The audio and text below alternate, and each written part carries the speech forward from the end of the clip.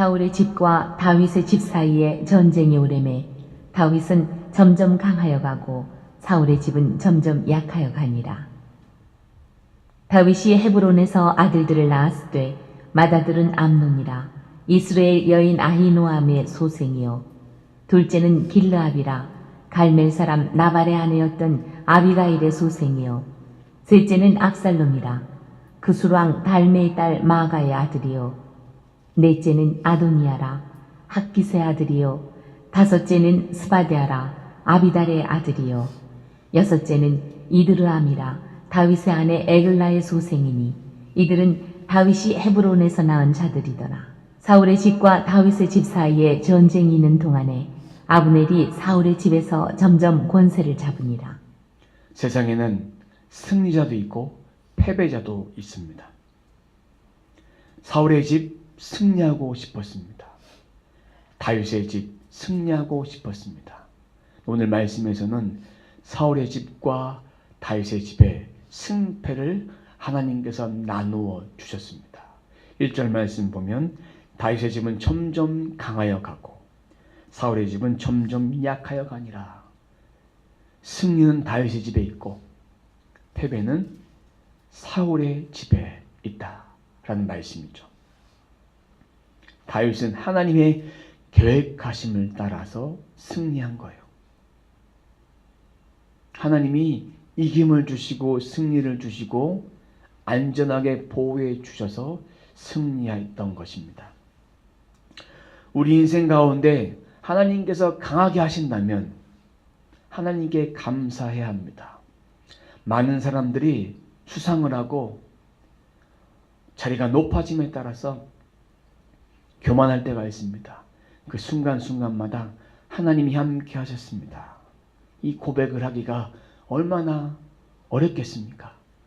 우리는 우리가 승리한 그 순간에 하나님이 함께 하셨기에 오늘날의 이 모든 영광 하나님께 돌립니다. 이런 고백을 할 수 있어야 합니다. 이거를 많은 사람들 앞에서 한다는 것이 쉬운 일일까요? 어려운 일입니다. 어떤 학생이 졸업식에서 졸업 소감문 발표하는데 외국에서 있었던 일인데 그 자리에서 주기도문을 고백을 했어요. 사도신경을 고백했어요. 수석이었어요. 하나님이 하셨습니다. 이렇게 고백했습니다. 아무리 수많은 명예를 얻었다 할지라도 나에게 명예가 돌아간다면 그것은 하나님이 기뻐하지 않는 거예요. 하나님이 우리를 높여주시는 거예요. 스스로 높여주면 천국에서 우리가 받을 상은 아무것도 없어요. 땅에서 이미 다 받았기 때문에.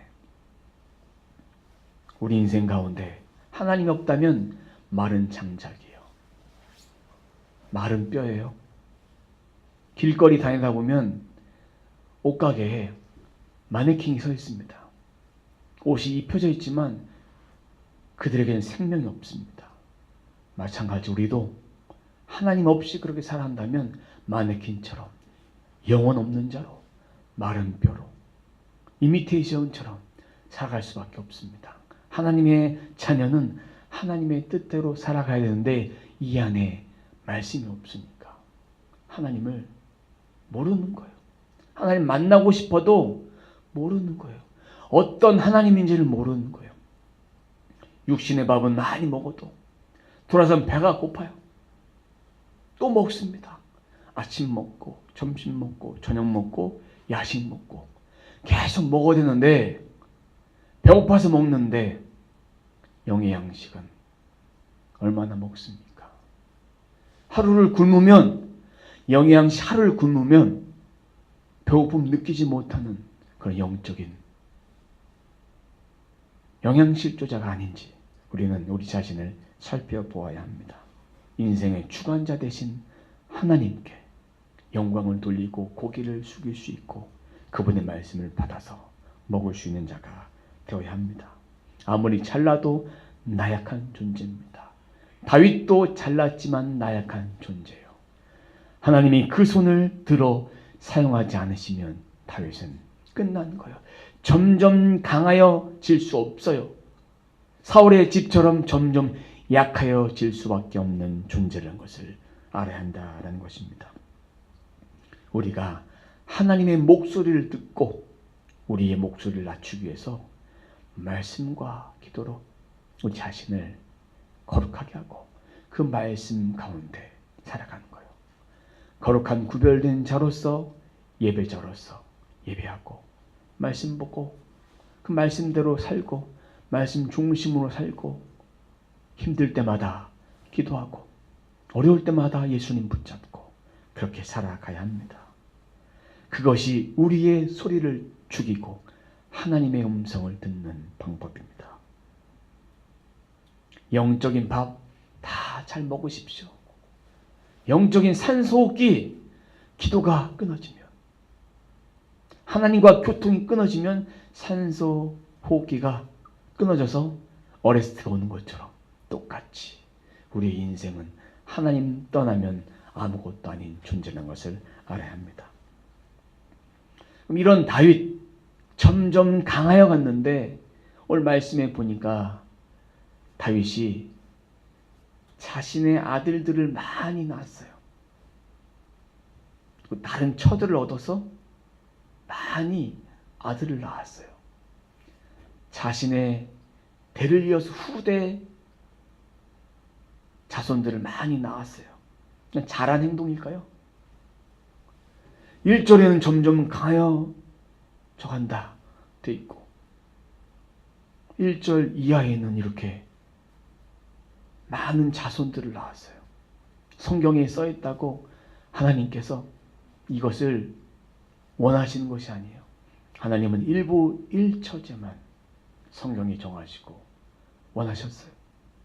신명기 말씀에도 왕이 많은 여인을 얻어서 미혹하게 하지 말라고, 마음을 미혹당하지 말라고 신명기 율법에 기록이 되어 있어요. 다윗은 하나님에 대한 신뢰도 있었지만 욕망이 있었어요. 자신이 왕이 돼서 지금 이 상황 속에서 자신이 할 수 있는 일이 여러 나라의 왕들과 정략 결혼을 해서 유대 관계를 잘 맺어서 이 나라를 튼튼하게 하고자 했던 그 마음, 그 욕심, 정략 결혼을 했어요. 하나님이 원하시는 방법이 아닌 것을 했어요. 다윗이 이 방법을 택해서 나중에 하나님의 심판, 하나님의 책망을 반드시 받습니다. 두 가지 마음을 품고 있는 거예요. 하나는 하나님의 뜻에 맞춰서 헤브론 땅에 기도하고 왔죠. 또 하나는 헤브론 땅에 와서 세상적인 것을 버리지 못한 마음이 여기에 담겨져 있다는 것입니다. 그렇다면 하나님께서 이 마음을 어떻게 하실까? 이 세상적인 방법과 유혹을 어떻게 하실까? 다 리셋시켜서 없애버려서 새롭게 하기를 원하십니다. 다윗은 아직까지 깨닫지 못하는 거예요. 이것을 통해서 우리가 깨달아야 될 것은 우리 모든 인생들이 하나님께 주신 것을 은혜를 충만하게 받을 때는 충만한 인생을 살지만 이 두 마음이 항상 사람의 법과 하나님의 법이 우리 안에 충돌되고 있다는 것을 오늘 말씀을 통해서 알아야 한다는 것입니다. 다윗도 실수했어요. 다윗도 죄를 졌어요. 넘어졌어요. 인간적으로 다윗이 매력적이고 이뻐서 이렇게 하나님께서 다윗을 향한 계획을 갖고 계신 것이 아니라 언약 때문에, 언약의 자손 예수님이 이 땅에 오셔야 될 하나님의 구속사를 이루기 위해서 이 땅에 다윗을 선택하신 거예요. 아브라함도 순종했기에 믿음의 조상으로 칭해 주신 거예요. 우리가 이뻐서 우리만 콕 집어서 선택하는 것이 아니라 우리가 하나님이 주신 은혜의 경륜 가운데 우리가 하나님을 받아들였기 때문에, 그리고 하나님이 우리를 다 만드셨기에 모든 사람을 너는 구원하고 너는 구원하지 않을 거야, 우리만 특별히 선택받은 자가 아니라 각 사람을 향한 그런 계획들을 다 가지고 계셨는데 우리가 그 계획 가운데 순종했고 그 계획을 따르는 자로서 하나님 말씀에 순종한 자녀가 되었기 때문에, 주님을 영접했기 때문에 우리가 하나님의 자녀가 된 것입니다. 만약에 세상에 우리만 존재한다고 생각해 보세요. 이 세상에 우리 각 사람 한 명만 존재한다고 생각해 보세요. 어떨까요? 주님이 오실까요? 그런 생각 해보신 적 없죠? 이 세상에 우리만 존재, 딱 한 명만 존재해요. 예수님이 오실까요? 오십니다. 나를 위해서 오신 예수님이기 때문에 우리는 그분의 사랑으로, 그분의 긍휼로 행복한 사람이에요. 그 은혜만이 우리를 이끌 수 있다는 것입니다. 그럼 점점 강하게 된 다윗의 집은 많은 아내를 얻었어요. 자식도 얻었어요. 점점 약하게 됐던 사울의 집은 어떻게 될까요? 이스보셋, 아브넬이 꼭두각시로 세웠어요.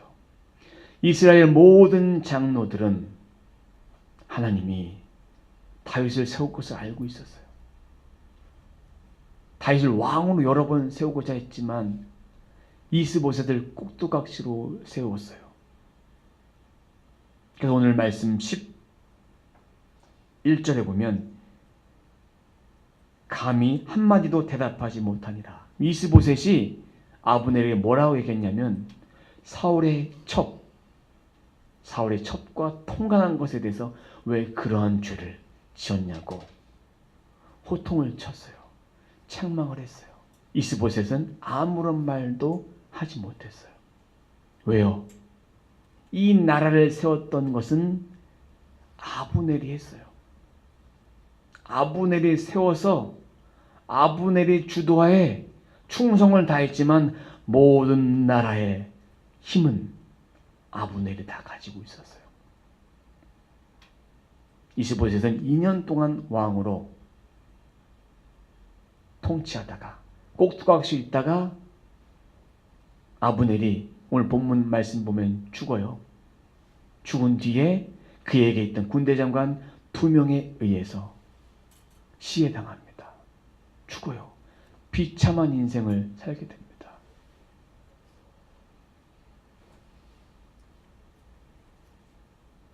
사랑하는 여러분, 하나님께서 원하신 삶이 아니라는 것을 우리는 알아야 합니다. 이들의 삶은 점점 약하여 간다는 것은 사람이 좌지우지하고 있어요. 하나님의 나라를 좌지우지하고 있으면서 이스보셋에게 뭐라고 말했냐면 너 내가 다윗의 집에 넘겨주지 않은 거 고맙게 하게 된다. 내가 은혜를 베풀어서 너를 살려준 것이다. 이렇게 교만하게 방자히 말하고 있는데도 불구하고 11절에 감히 한마디도 대답하지 못했던 거예요. 이러한 왕 하고 싶겠습니까? 하고 싶지 않아요. 세상은 우리를 향해서 필요하면 쓰고 필요 없으면 버려요. 휴지 조각, 종이 조각처럼 그런 존재로 우리가 세상 속에서 그런 취급받을 존재가 아닙니다.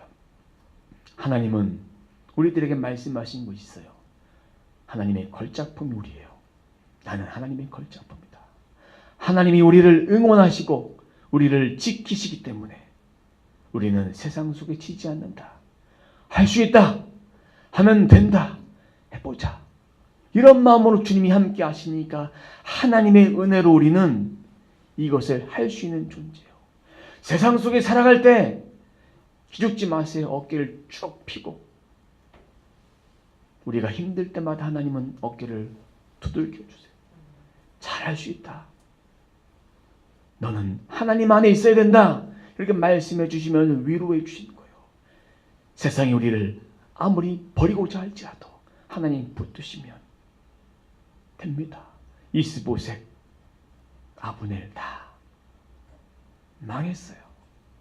죽었어요. 점점 약해졌어요. 우리는 다윗의 집처럼 교만히 행하지 말고 하나님의 뜻을 따라 살 수 있는 그런 존재로 살아가야 합니다.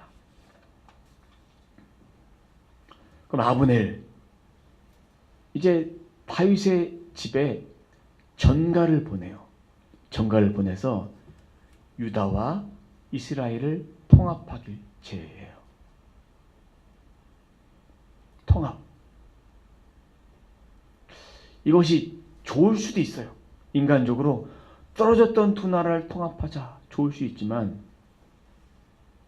하나님 백성은 신정 통치 아래서는 누가 이것을 제의하고 제의하지 않고 하는 것이 아니라 하나님의 주권에 따라 사는 거예요.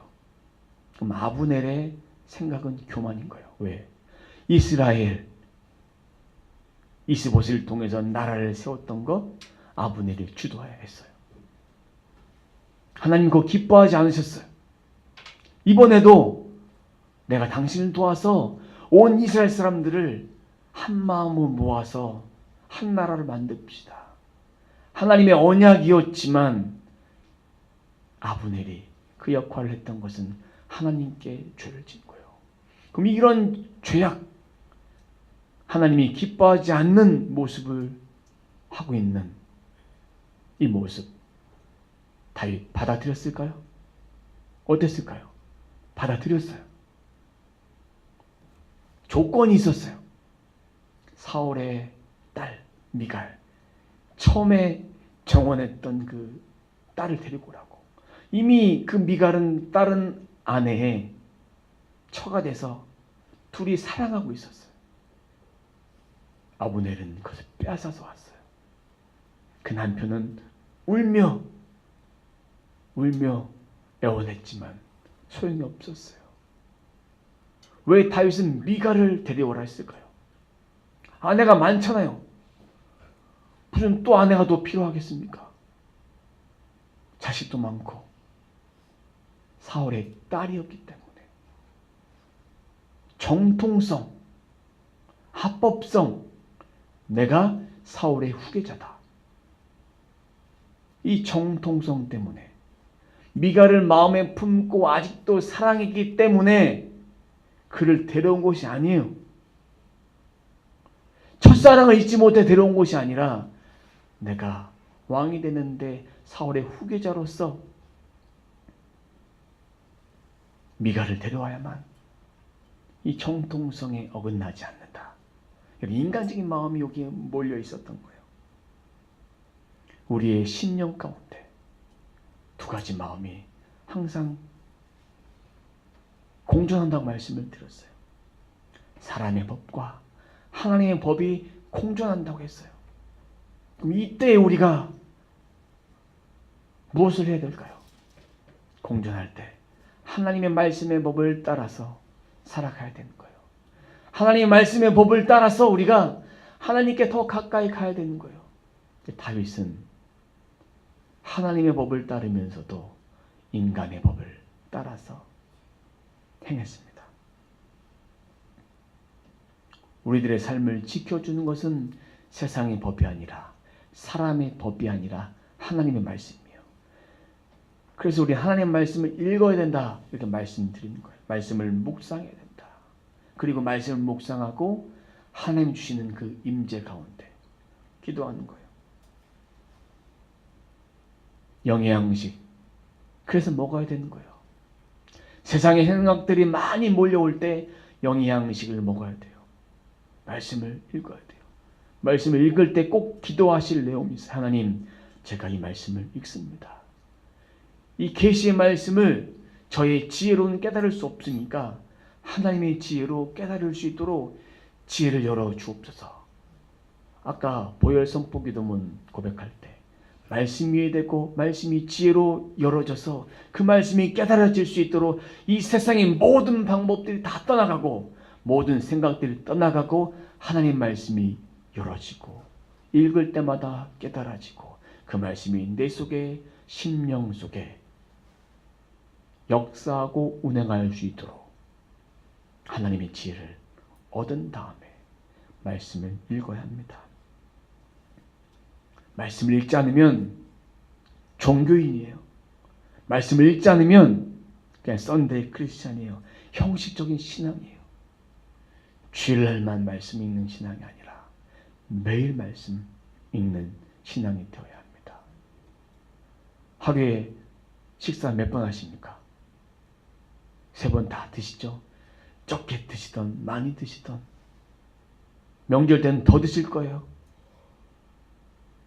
먹어도 계속 먹습니다. 배가 부른데 밀어 넣습니다. 맛있는 게 있으니까. 육의 양식은 그렇다 쳐도 영의 양식 명절 기간에도 먹는 거예요. 하루를 말씀을 안 읽으면 가시가 돋듯이 나는 말씀을 읽지 않으면 밥을 먹을 식욕이 없어지고 싶다. 저 이렇게 살고 싶은데 연약한 인생인지라. 하지만 주의 말씀들을 하루하루 꾸준히 이렇게 먹는 것 참으로 중요하다는 것을 우리는 알아야 합니다. 이거 떠나면 사망인 거예요. 모임이 왔다고 예배 드리는 것이 아니에요.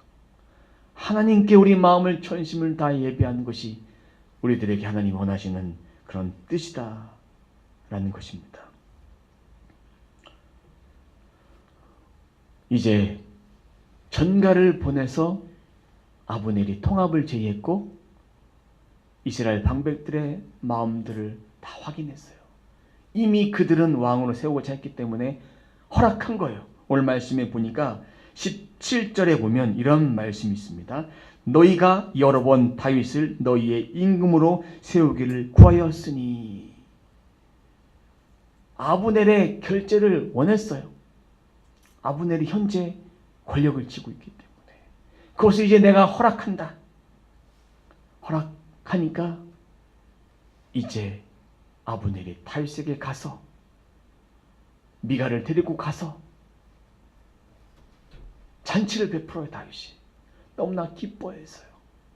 정치적인 조력자가 내게 있으니까, 나에게 힘을 더해줄 자가 있으니까, 하나님께서 하나님이 기뻐하시는 방법이 아닌데 다윗을 그렇게 기뻐하도록 내두셨을까요? 하나님 결코 그렇게 내두신 하나님이 아니에요. 요압의 동생이 사무엘하 2장에서 죽었어요. 아브넬에게. 그를 따라가서 생포하려다가 죽었는데 그 복수가 오늘 말씀에 이어져요. 아브넬이 헤브론에 왔다가 다시 갔어요. 이스라엘 땅으로 가는데 요압의 신복들이 알려줘요.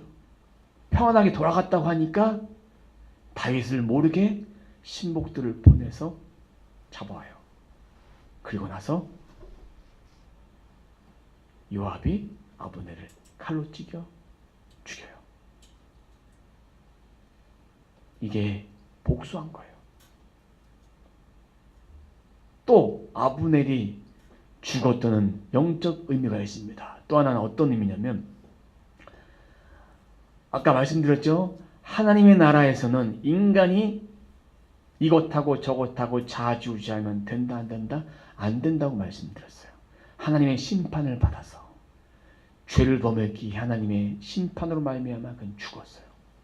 두 가지 의미예요. 인간적인 복수와 하나님의 심판, 두 가지가 담겨져 있었어요. 모든 것을 다 리셋시킨다고 말씀을 드렸어요.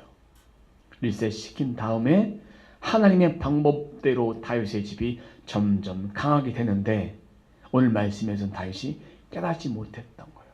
이 사실을 보고도 깨닫지 못하고 요압의 집에 저주를 내려요. 어떤 저주냐면 29절 말씀 보면 요압의 집에는 백탁병이나 나병 환자나 지팡이를 의지하는 자나 칼에 죽는 자나 양식이 떨어지거나 끊어지지 아니할지로다 하니라. 백탁병은요, 성병이에요. 남자로서 남자 구실을 못하게 하는 성병이에요. 그 당시엔 약도 없잖아요. 또 한 가지는 문둥병, 피부가 썩는 병이에요. 박수 치다가도, 길을 걸어가다가도 썩어서 발 뚝뚝 떨어지고, 뭐 피부가 가려워서 긁다가도 피부가 그냥 다 떨어져 나가고 그런 병인데, 이런 병은 왜 저주로 내렸을까? 종교 행사에 참여하지도 못하고 부정한 자니까 이 헤브론에 거하지도 못하는 거예요. 구별되게 따로 떨어져서 격리돼서 살아야 되는 거예요. 크나큰 저주예요. 또 어떤 병이 있습니까? 지팡이를 의지하는 자, 불구자죠. 서서 일하는 농사를 할 수 없는 거예요. 앉아서 일할 수밖에 없는 거예요. 평생도 그렇게 살아갈 수밖에 없는 거예요. 칼에 죽은 자, 요압의 자손들은 전쟁을 통해서 다 죽는다. 또 한 가지, 양식이 떨어진 자, 이거는요 너무나 크나큰 저주예요. 율법에는 항상 가난한 자들을 위해서 배려하는 그런 은혜가 있었어요. 긍휼이 있었어요. 율법에 적용받지 못하는 거예요. 가난한 자들이 배고플까봐 밀 이삭을 주우러 나갈 때 항상 그것이 있었어요. 그 혜택도 못 받는 거예요. 이방 민족과 같은 그런 대우를 받아서 배부르지 못하고 배고픔의 상태로 하나님의 저주를 받는 거예요. 이런 저주를 다윗이 내렸어요. 반대로 아브넬에 대해서 어떻게 말하냐면 너무나 가슴 아파하는 거예요. 울며 통곡하며 애가를 짓고 그의 죽음을 너무나 안타깝게 여기는 거예요. 왜요? 정치로 도와줄 수 있는 자였는데 그가 죽었으니까 다윗은 싫은 거예요. 안타까운 거예요. 헤브론이라는 도피성에 들어왔을 때는 죄를 면제안 받는데 그가 요압이 이렇게 따라오라고 했을 때 안 가도 되고 방어도 했을 수도 있는데 방어하지 못하고 처참히 죽는 거예요. 그 마음에 안타까워하는 마음이 거기에 담겨져 있었어요. 말씀을 정리해 봅니다. 이제 두 가지 행동을 보면서 다윗의 모습과 아브넬의 모습을 보면서 우리는 무엇을 생각해야 될까? 가슴속 깊이 한번 묵상해 보았으면 좋겠습니다. 다윗 깨닫지 못했어요. 처음부터 깨닫지 못했어요. 헤브론은 하나님의 뜻에 따라 갔지만 그곳에서 행했던 일은 하나님이 기뻐하는 일이 아니었던 거예요. 오늘 말씀을 차근차근 한번 읽어보시면 제가 말씀을 증거했던 그 말씀들을 생각해 보면서 이 스토리를 좀 떠올려 보면서 말씀을 읽어보시면 왜 다윗이 이렇게 행했나 이걸 알 수 있을 거예요. 아브넬 너무나 교만했어요. 자신이 다 하고자 했어요. 인간 마음 안에 이런 마음이 있는 거예요. 우리들 마음 가운데 내가 잘할 수 있을 거야. 아까 할 수 있다, 하면 된다, 해보자 했죠. 그거는 내가 잘해서 할 수 있다는 그런 뜻이 아니에요. 하나님이 함께 하시니까, 하나님이 인도하시니까 내가 잘할 수 있다. 그런 마음인 거예요. 하나님은 우리들에게 이런 마음을 버리기 원하시는 거예요. 다윗의 교훈을 통해서 다윗처럼 해도 된다라는 것이 아니라 이 땅에 무너진 가정 가운데 하나님 회복하기 원하시는 그 마음과 이 땅에 하나님의 영광이 드러나서 내가 아니라 하나님의 뜻대로 할 수 있다는 것을 우리가 고백하는 거예요. 영적인 양식을 먹으면 이런 일이 절대 없다. 이 말씀대로 살아야 된다는 것을 올 말씀을 통해서 교훈해주고 있는 것입니다. 하나님의 뜻과 방법이 아니라면 하나님은 멈추십니다. 다 없애버리십니다. 아무리 잘 돼도 잘 되는 것이 아니에요. 전교 1등 했는데 그가 커닝에서 1등하고 시험지 몰래 빼내서 1등하고 내신은 1등인데 모의고사를 봤더니 평균 70점이에요. 말이 되는 거예요. 그러한 일들이 지금 일어나고 있는 거예요. 학생들 사이에 그런 불법도 일어나는데 어른들 사이에서는 얼마나 그런 불법들이 많이 일어나겠습니까? 커미션 주고 여러 가지 불법들에 나만 잘 되면 된다. 그런 생각들을 가지고 있는 것이 우리의 모습이며 크리스찬, 넌 크리스찬 모두가 그런 모습을 갖고 있는 거예요. 예배가 끝나고 바깥에 나가면 우리 입술의 오늘 한번 생각해 보세요. 얼마나 지저분한지, 얼마나 더러운지. 우리 모두는 이 마음을 잘 지켜야 돼요. 입술을 잘 지켜야 돼요. 하나님께 기도하면 뭐합니까? 이런데 하나님께서 우리 기도를 응답하실까요? 우리의 소원을 아무리 매달리고 기도해도 하나님 응답하지 않으신 이유는 하나님 원하시는 삶을 살지 않기 때문에. 그리고 하나님께서 우리에게 원하시는 것은 거룩하게 성도답게 살아가도록 오늘도 그렇게 바라신 마음을 우리가 헤아려 그 뜻대로 살아가야 하는 것입니다. 하나님이 않으시면 닫아버리십니다. 왜 안 됩니까? 땡깡 부리기 전에 하나님 앞에 내가 어떠한 삶을 살고 있는지 말씀의 거울로 돌이켜 볼 수 있어야 합니다. 우리가 기도에 응답 받지 못했다 해도 실족하지 마십시오. 끝까지 기다리십시오. 하나님의 뜻을 따라서 그러면 하나님이 반드시 우리들에게 그런 응답을 허락해 주십니다.